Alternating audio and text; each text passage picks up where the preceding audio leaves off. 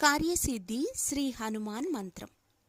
సుందరకాండలో హనుమంతుడు సీతను వెతుక్కుంటూ సముద్రాలు దాటి లంకలో ప్రవేశించి అశోకవనంలో ఉన్న సీత దగ్గరకు వెళ్ళిన సందర్భంలో శోకంలో ఉన్న సీతాదేవి హనుమంతుడికి ఒక కార్యసిద్ధి మంత్రాన్ని ఉపదేశిస్తుంది.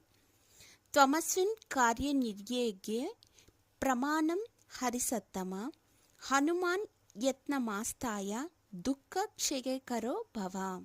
ఈ మంత్రమును సీతాదేవి హనుమంతుడికి చెబుతూ, హనుమా, నేను చాలా దుఃఖంలో ఉన్నాను.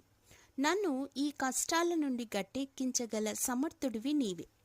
ఇదిగో ఈ మంత్రముని సిద్ధి పొంది తద్వారా నన్ను అనుగ్రహించు.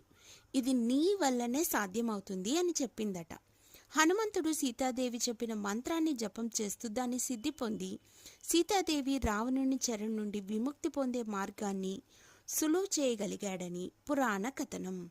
సీతమ్మ హనుమంతునితో చెప్పిన ఈ మాట ఒక కార్యసిద్ధి మంత్రంగా వ్యాప్తి చెందింది.